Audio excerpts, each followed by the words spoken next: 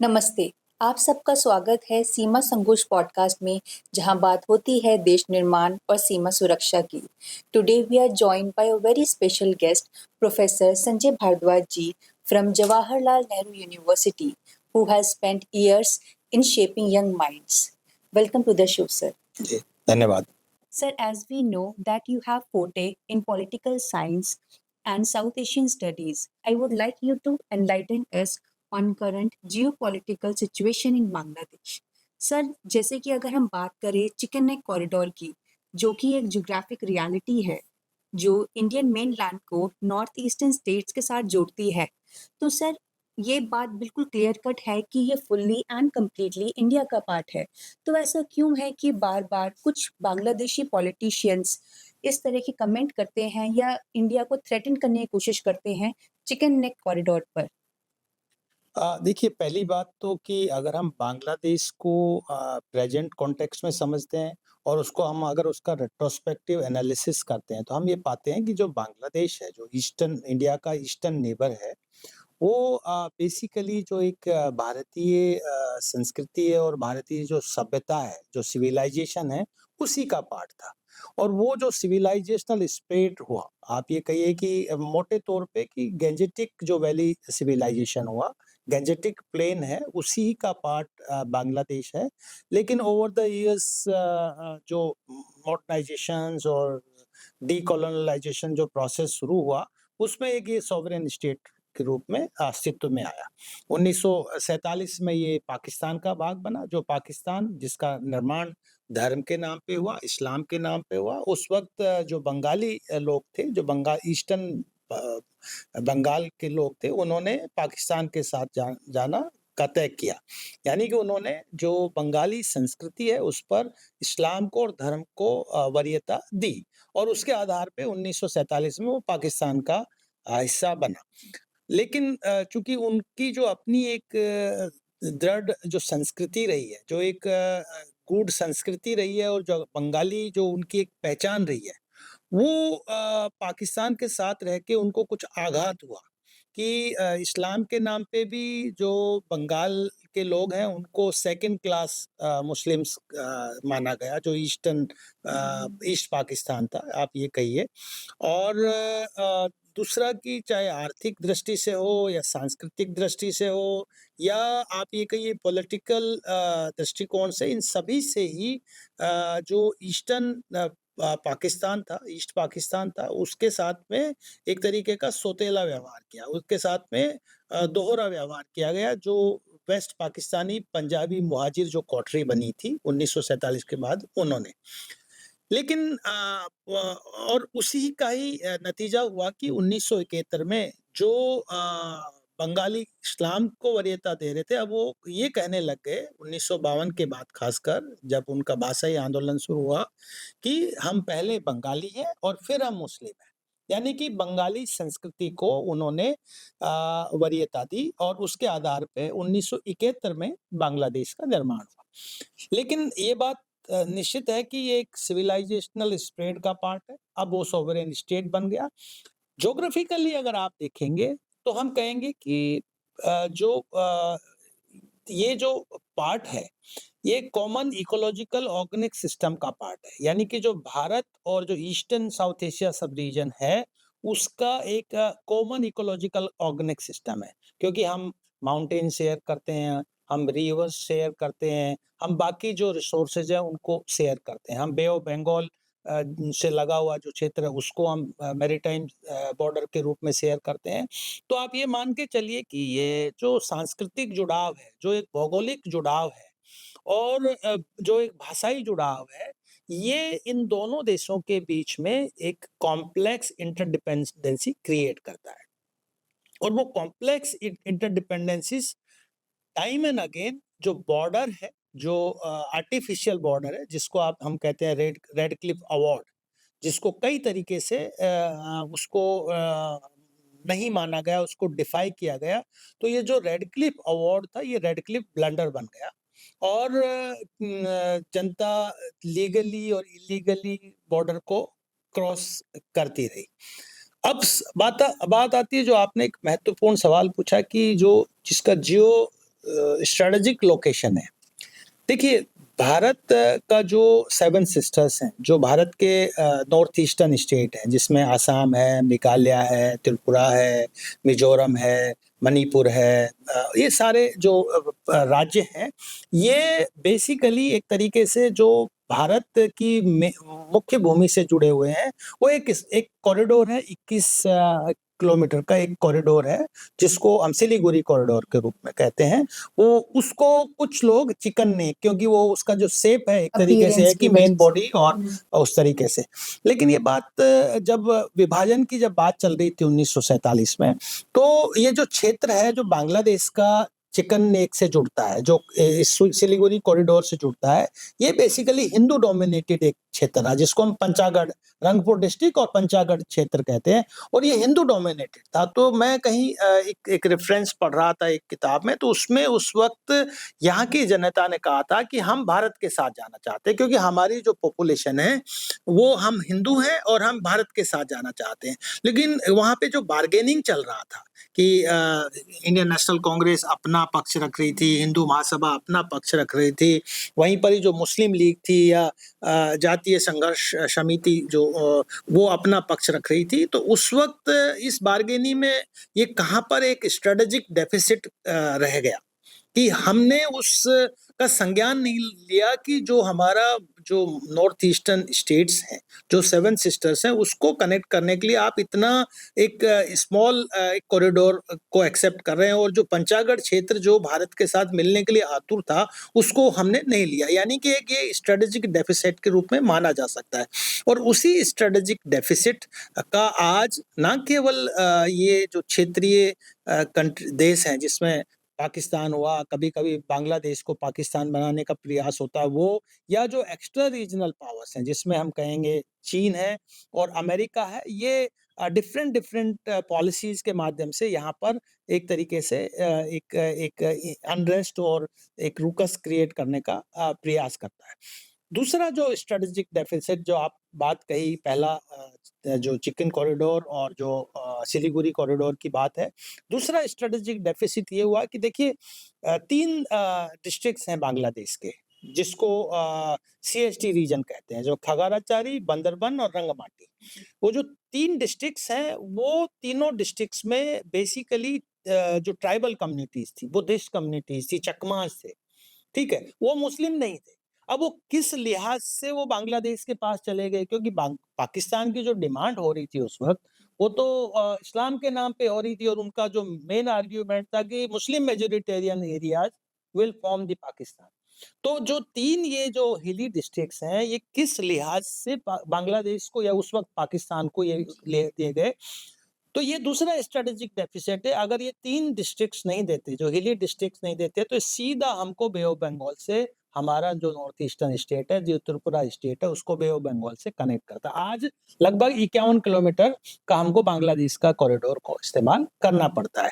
तो ये दूसरा स्ट्रेटेजिक कॉरिडोर, अगर हम उस वक्त इस लिटरली इस आर्ग्यूमेंट को एक्सेप्ट करते कि Muslim majoritarian areas will form the Pakistan, तो ना हमारा ये कभी भी सिलीगुड़ी कॉरिडोर और स्मॉल कॉरिडोर बनता है जो 21 किलोमीटर का है, और ना ही जो बे ऑफ बंगाल से लगा हुआ जो स्ट्रेटेजिक डेफिसिट क्रिएट हुआ सीएसटी में, वो क्रिएट होता। तो ये दोनों पक्ष से कहीं ना कहीं बांग्लादेश को जियो स्ट्रेटेजिकली ना केवल भारत के लिए, बाकी दुनिया के लिए इम्पोर्टेंट, सिग्निफिकेंट बना देता है, क्योंकि हमको हमारे नॉर्थ ईस्ट से एक्सेस की बात है, ट्रांजिट की बात है, और हमको डेवलपमेंट की बात है, तो उसमें हमारी बांग्लादेश पे एक डिपेंडेंसीज बन जाती है।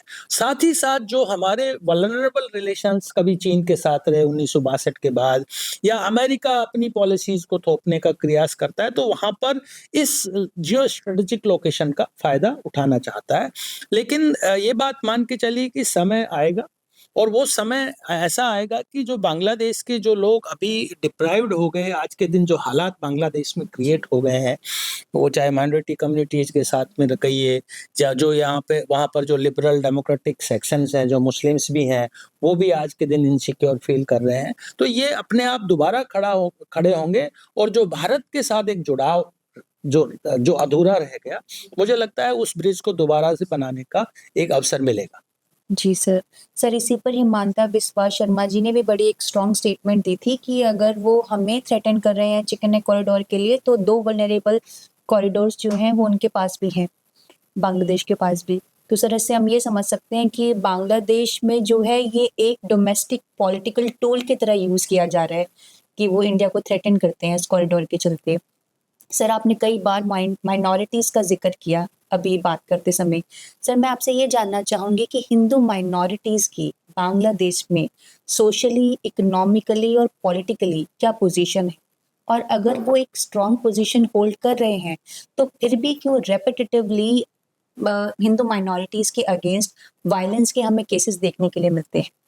देखिए वो जो उनके जो वीक वल्नरेबल पॉइंट है बांग्लादेश के, वो वही हैं तो जो मैं बात कर रहा हूँ कि इज़िली एक तरीके से उनका भी एक चिकन नेक बनता है जो सीएसटी रीजन जिसको मैंने कहा खगाराचारी, बंदरबान और रंगमाटी जो 3 है, वो कभी भी भारत अपना कोई भी इनिशिएटिव्स के माध्यम से वो कभी भी प्रॉब्लम में आ सकते हैं।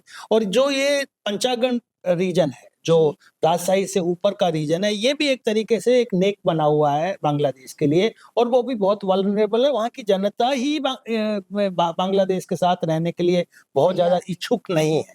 तो वो दोनों कभी भी भारत भी उसको अदरवाइज़ ले सकता है, जो आज वो हमको चिकन नेक की बात कहते हैं, इसको अदरवाइज़ भी लेके भारत कभी भी आगे बढ़ सकता है, पहली बात। दूसरी बात, बड़ा अच्छा सवाल आपने कहा। देखिए, माइनॉरिटी कम्युनिटीज़ को किस संदर्भ में देखते हैं? एक तो हिंदू जो है, हिंदू एक जो एक वहाँ पे कम्युनिटी है, जो एक समय में लगभग 28 से 30% थी 1947 में। वो आते-आते वो 1971 में 15% रह गई और आज हालात ये है कि जो वो 8% से भी कम में चले गए, 7.5% हिंदू कम्युनिटी है।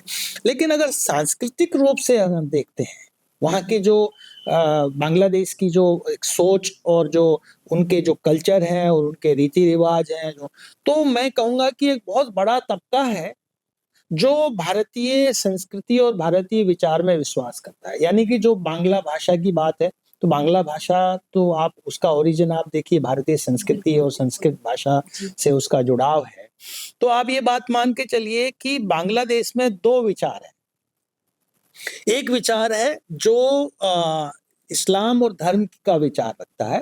वो विचार है जो पाकिस्तान ने या जिन्ना के नेतृत्व में या मोहम्मद इकबाल के नेतृत्व में उस विचार को आगे बढ़ाया और जिसके आधार पे पाकिस्तान का निर्माण हुआ 1947 में। तो जो बांग्लादेश में कुछ लोग वो हैं जो इस्लामिक राष्ट्रवाद और इस्लाम के आधार पे अपनी पहचान को आगे बढ़ाने का प्रयास करते हैं।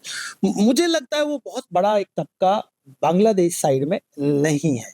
वो उनको उनको आप ये कहें कि पॉलिटिकली अगर उसको आर्टिकुलेट करेंगे तो जमात-ए-इस्लाम है।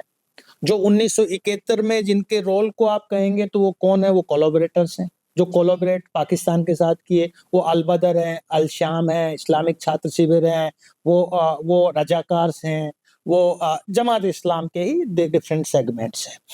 और उर्दू स्पीकिंग जो जो मुस्लिम्स हैं वो भी इस जमात में इसमें आते हैं और उसमें एक ये एडिशन ये भी कह सकते हैं कि जो 1947 में माइग्रेट करके गए थे जिनको कहते हैं मूल रूप से बिहारी मुस्लिम्स, वो आज के दिन स्टैंडर्ड पाकिस्तानीज़ है। वो वहाँ पर है लेकिन बांग्लादेश की नागरिकता नहीं ली। वो रिजिड थे कि हम तो पाकिस्तान के लिए आए थे, तो हम अब बांग्लादेश बन गए, अब इसकी सदस्यता नहीं लेंगे। तो मोटे तौर पे जो ये लोग हैं ये पाकिस्तान विचार, इस्लामिक राष्ट्रवाद के विचार में विश्वास करते हैं।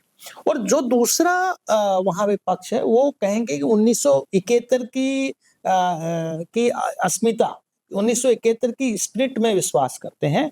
वो बेसिकली सांस्कृतिक राष्ट्रवाद है। वो सांस्कृतिक यानी कि बंगाली संस्कृति की बात करते हैं। तो बंगाली संस्कृति तो बहुत कुछ हद तक हिंदू संस्कृति को का ही अंश है। तो वो जो विचार है उसको बेसिकली जो वहाँ का जो मूल लोग हैं, नागरिक हैं, जिसको हम कहेंगे कि टिलर ऑफ द सॉइल, जो वहीं पर ही बना है, वो कैसे बना है, वो किस तरीके से इस्लाम को फॉलोवर हो गया, वो अलग बात है। लेकिन उनकी जो मोटे तौर पे संस्कृति रही है, वो बंगाली संस्कृति रही है और उसको आप कहिए कि कौन रिप्रेजेंट करता रहा है 1971 में जिस राजनीतिक दल ने वो स्वतंत्रता आंदोलन लड़ा, जिसमें अवामी लीग है। अवामी लीग बेसिकली उनको नेतृत्व देती है और वो एक बड़ा तबका हमेशा रहा है जिसका एक पैन बांग्लादेश प्रेजेंस है। इसी बीच में एक नया राजनीतिक दल बना जो बीएनपी कहते हैं, बांग्लादेश नेशनलिस्ट पार्टी।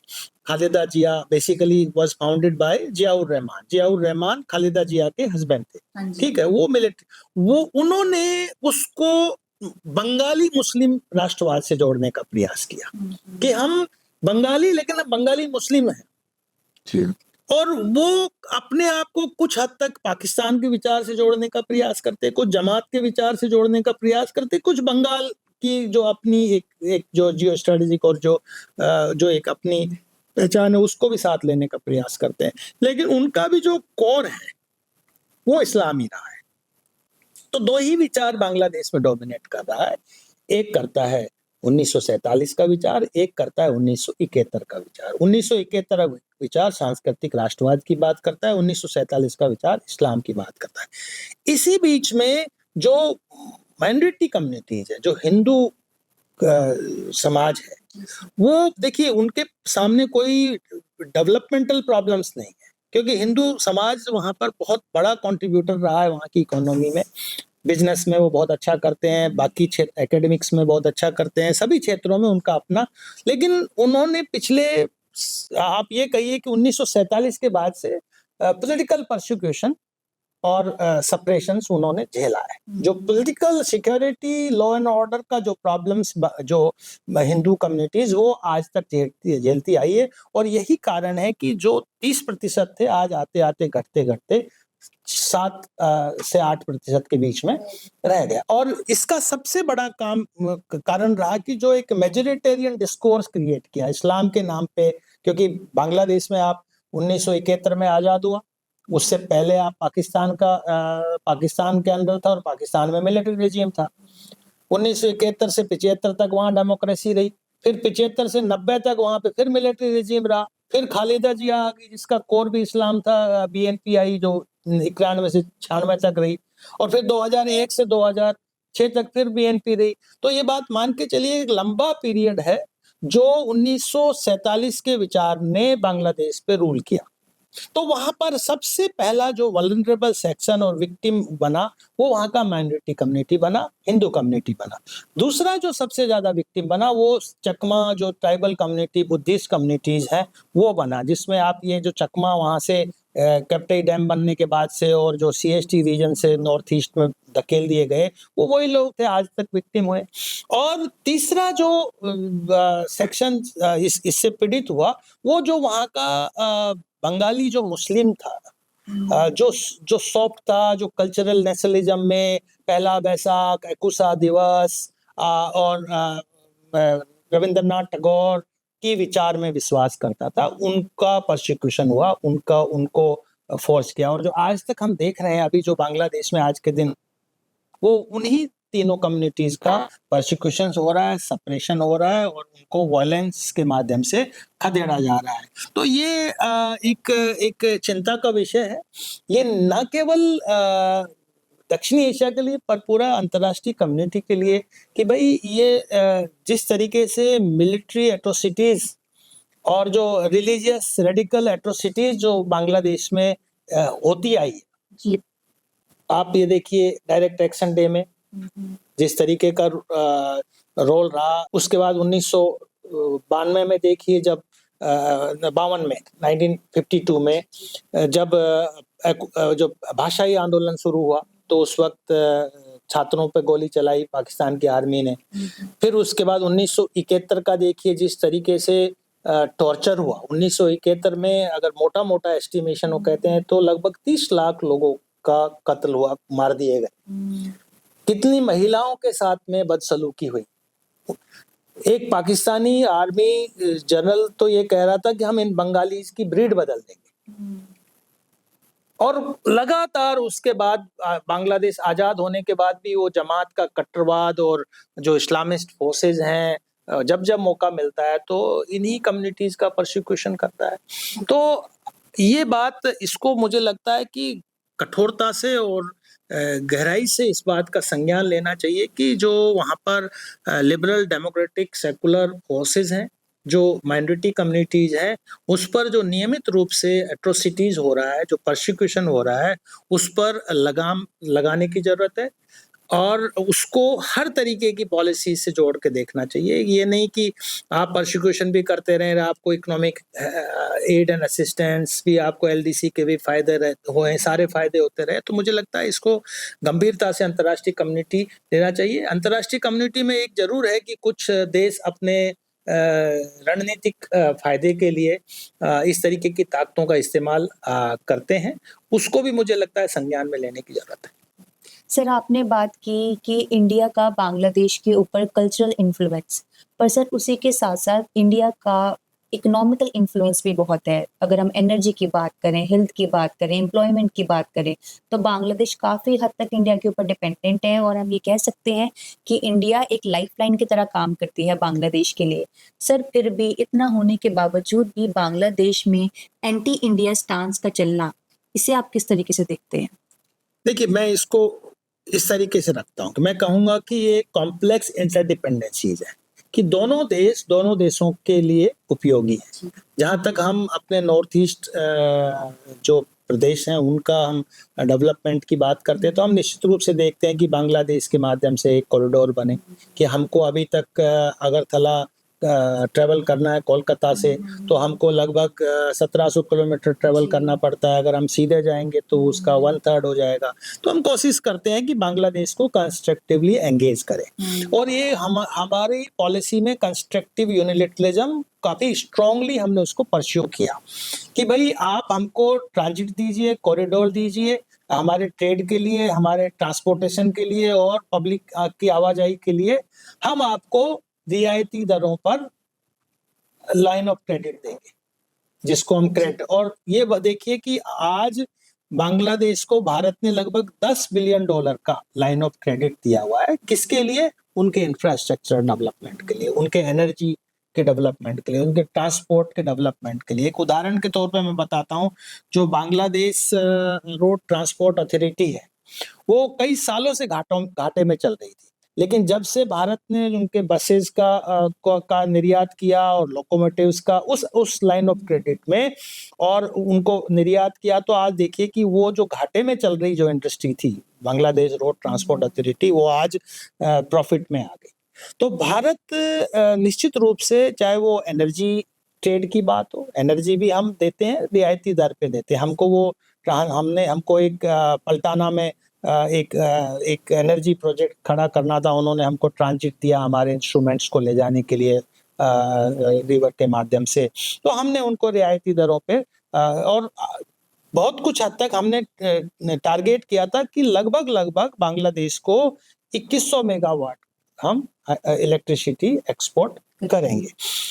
लेकिन जिस तरीके के जो डेवलपमेंट्स आज के दिन बांग्लादेश में हो रहे हैं, वो बेसिकली हम एक तरीके से इंटीग्रेट करने का प्रयास कर रहे हैं बांग्लादेश की इकोनॉमी को भारत की इकोनॉमी के साथ। क्योंकि मोदी जी ये बात कहते भी हैं कि सबका साथ सबका विकास, यानी कि जो हमारी डेवलपमेंटल बोट है, उस डेवलपमेंटल बोट में ये नहीं कि हम अपने बॉर्डर्स को ही अपने बॉर्डर के अंदर की कम्युनिटी और टेरिटरी को डेवलप करेंगे, हम नेबर्स का भी बराबर का विकास करेंगे। और इसी नीति के तहत हमने नेबरहुड फर्स्ट पॉलिसी लेके आए थे कि हमको नेबर को प्रायोरिटीज देना है, चाहे वो भूटान हो, चाहे बांग्लादेश हो, चाहे नेपाल हो। और हम कई प्रोजेक्ट्स लेके आए, जैसे BBI का प्रोजेक्ट लेके आए। लेकिन जो ओवर द ईयर्स जिस तरीके के डेवलपमेंट हुए, तो हमको कई दूसरे मेजर्स को भी अडॉप्ट करना पड़ा। जैसे मैं आपको शुरुआत से बताया कि 1947 में विभाजन हुआ, तो भारत का बेसिकली जो बॉर्डर था, भारत और जो ईस्ट पाकिस्तान के बीच में, वो बॉर्डर पॉलिटिकल बॉर्डर था कि ये हिस्सा ईस्ट पाकिस्तान है, ये पाकिस्तान है, ये भारत है। फिर धीरे-धीरे जिस तरीके की आवाजाही और जिस तरीके का ट्रेड हो रहा था, वो धीरे-धीरे पॉलिटिको इकोनॉमिक बॉर्डर में कन्वर्ट हो गया।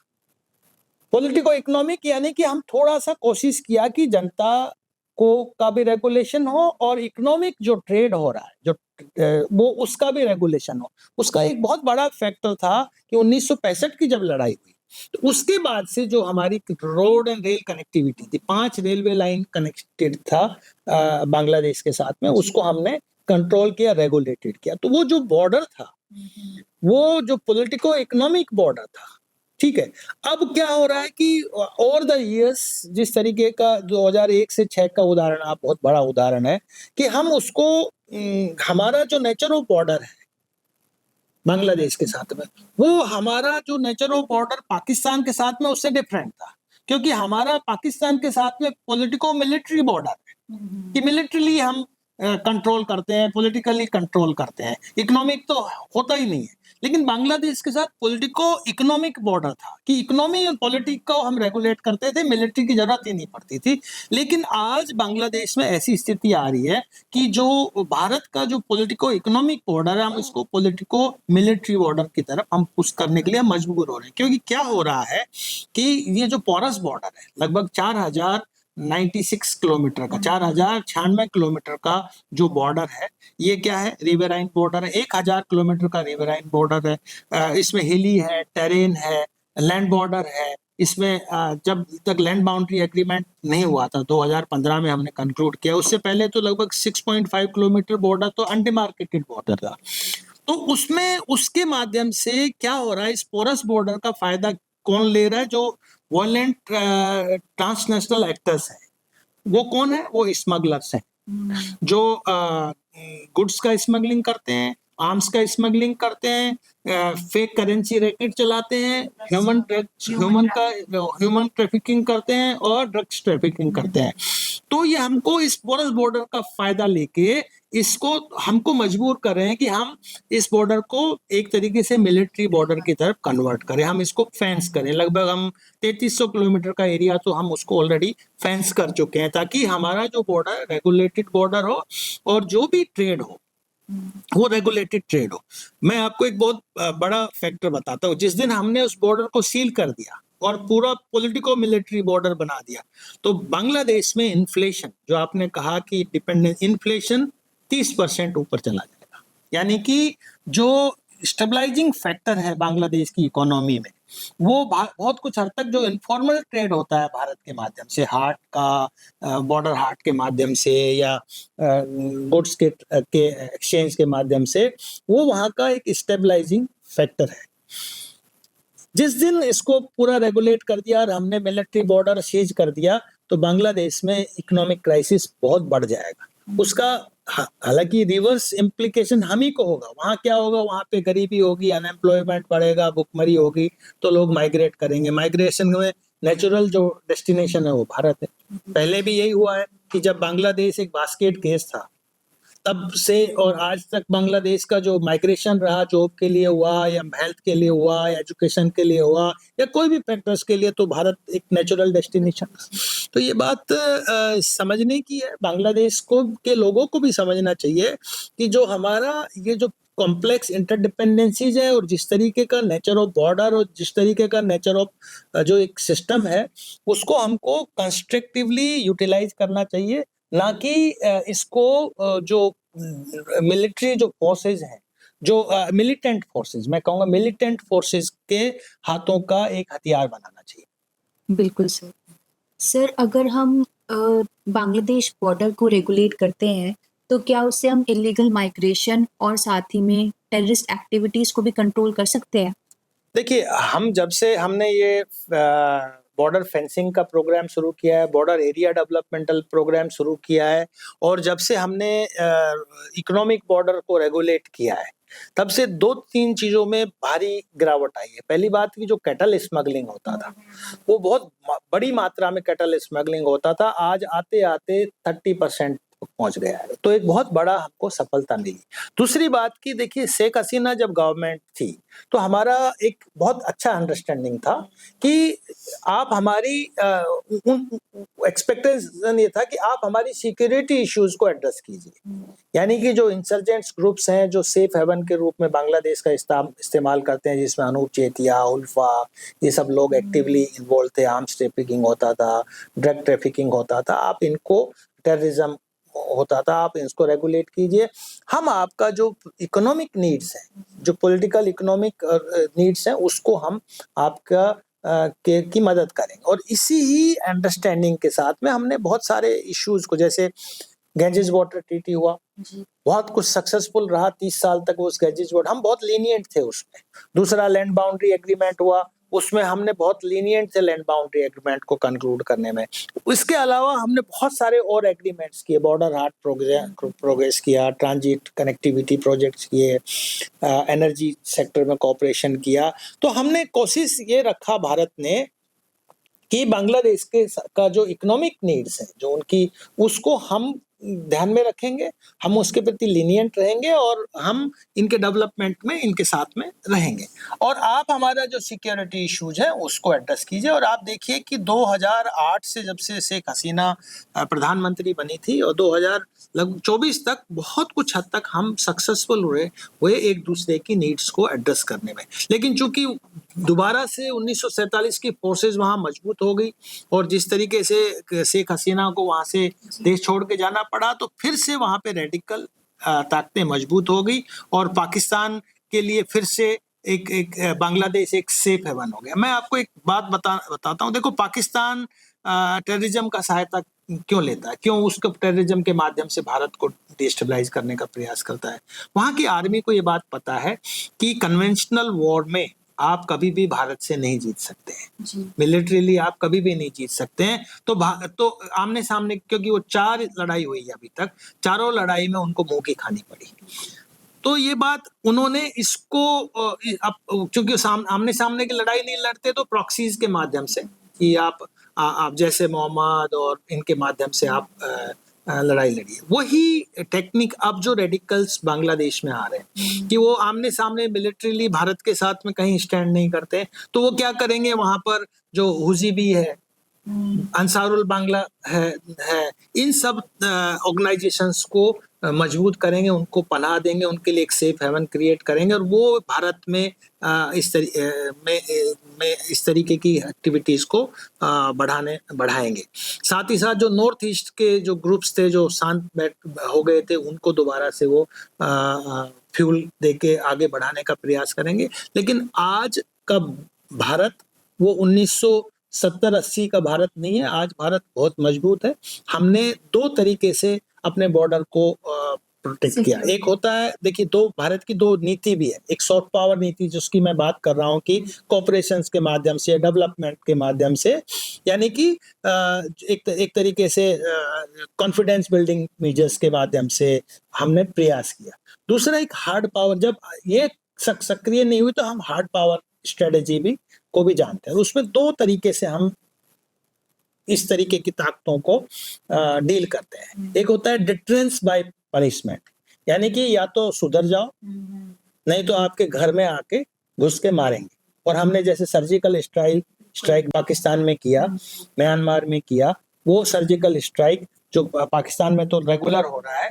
तो हम ये बात जानते हैं कि हम एक मिलिट्री पावर भी है और ये नहीं सुधरेंगे तो हम इनको गन के माध्यम से और पावर के माध्यम से हम इनको सुधार सकते हैं।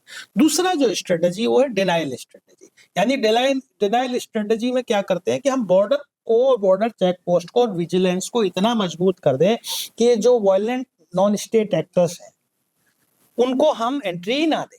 तो आज के दिन जिस तरीके का सर्विलेंस सिस्टम बांग्लादेश बॉर्डर पे हमने क्रिएट कर दिया गया है, अब बांग्लादेशीज के लिए या वहाँ का जो वायलेंट नॉन स्टेट एक्टर्स हैं, जिसको कहेंगे जो इलीगल एक्टिविटीज में, टेररिज्म में, इंसर्जेंसीज में इन्वॉल्व है, उनको अब पैसेज ही नहीं मिलेगा कि भारत में एक्टिविटीज कर पाए, फेक करेंसी रैकेट को आगे बढ़ा पाए, ड्रग ट्रैफिकिंग और आर्म्स ट्रैफिकिंग जैसे धंधों में वो इन्वॉल्व करके भारत को डिस्टेबलाइज कर पाए। अब वो अपॉर्चुनिटीज उनको नहीं मिलेगी, वो खाली अपना घर को ही खोखला करेंगे।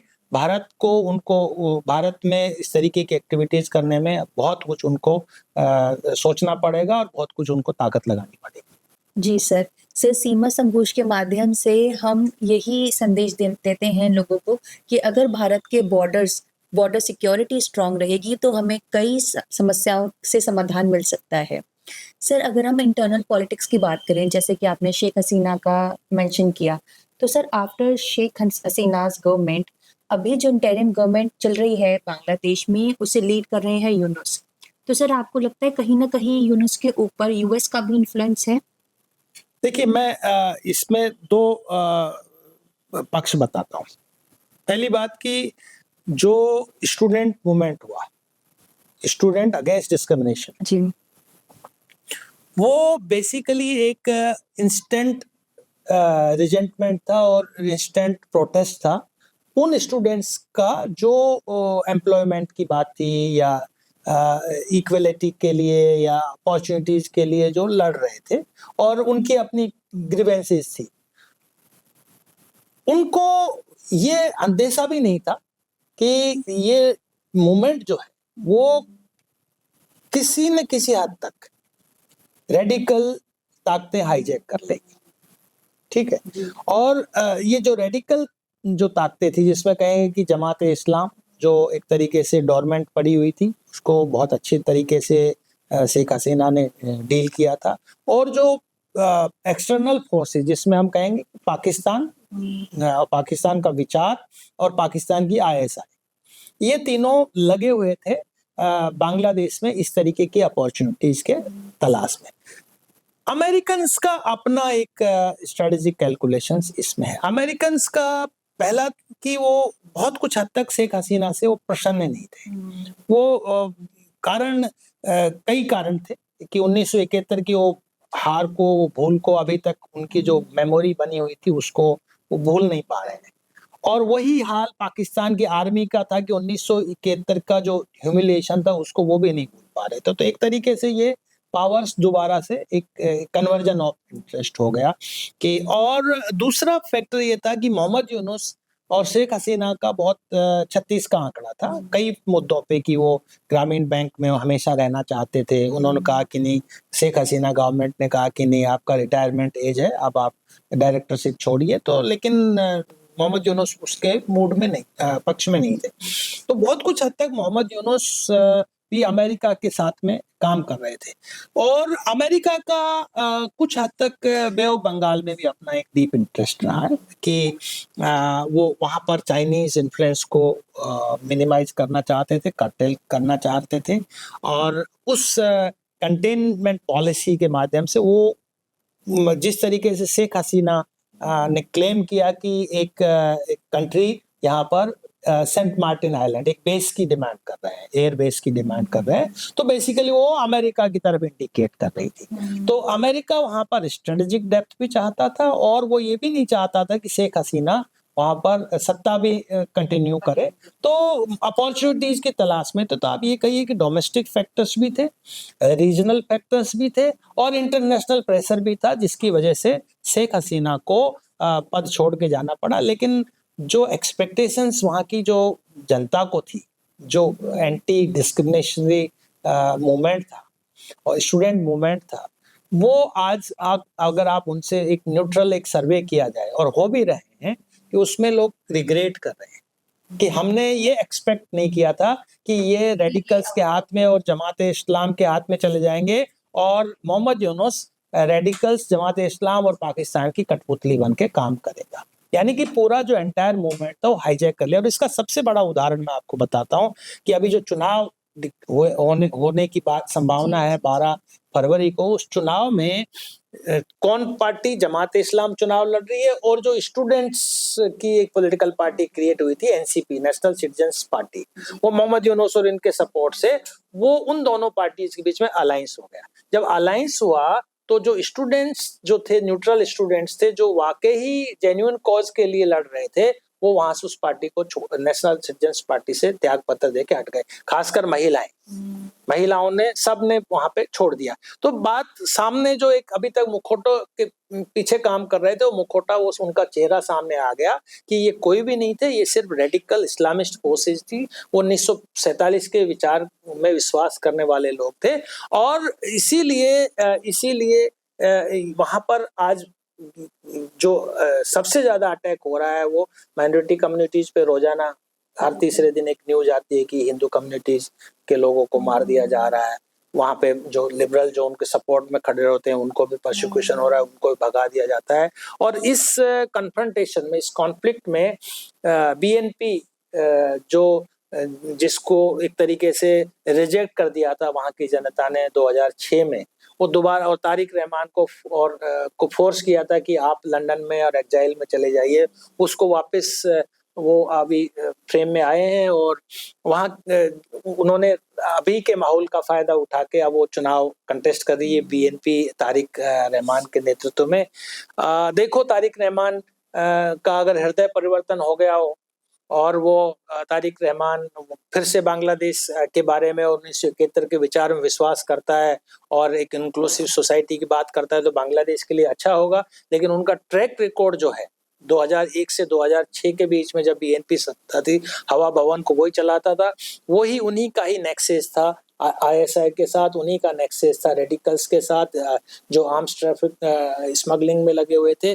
तो उम्मीद करते हैं कि वो सब एक्टिविटीज में ना हो और दोबारा से बांग्लादेश की 1971 का विचार है उसको जीवित करके बांग्लादेश को सही रास्ते पे लेकर आए और इन रेडिकल फोर्सेस को और इस्लामिस्ट फोर्सेस को और जमात इस्लाम को बाहर का रास्ता दिखाएं। बिल्कुल सर, हम उम्मीद करते हैं कि बांग्लादेश में ये जो पॉलिटिकल शिफ्ट आया है बीएनपी पार्टी में, हो सकता है ये कुछ पॉजिटिव चेंज लेकर आए। सर, हाल ही में शरीफ ओमान हादी की डेथ हुई है, जो कि एक यंग पॉलिटिकल लीडर थे बांग्लादेश के।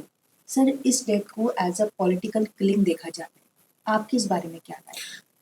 देखिए इसमें दो सीधे सीधे असेसमेंट और अजम्पशंस हो सकते हैं। पहली बात तो ये कि जो अभी रूलिंग एलिट्स हैं जिसमें जमात इस्लाम है, एनसीपी, दोनों ही ऐसे पॉलिटिकल आउटफिट्स हैं जिनका पैन बांग्लादेश प्रेजेंस नहीं है, जिसकी ऑर्गेनाइजेशनल स्ट्रेंथ नहीं है, जो चुनाव लड़ने की हालत में नहीं है। उनको पता है कि अगर चुनाव लड़ेंगे तो एनसीपी को कोई सीट नहीं आएगी और जमात इस्लाम को जो 10, 12, 15, 20 सीटें आती हैं वो लास्ट मैक्सिमम आएगी।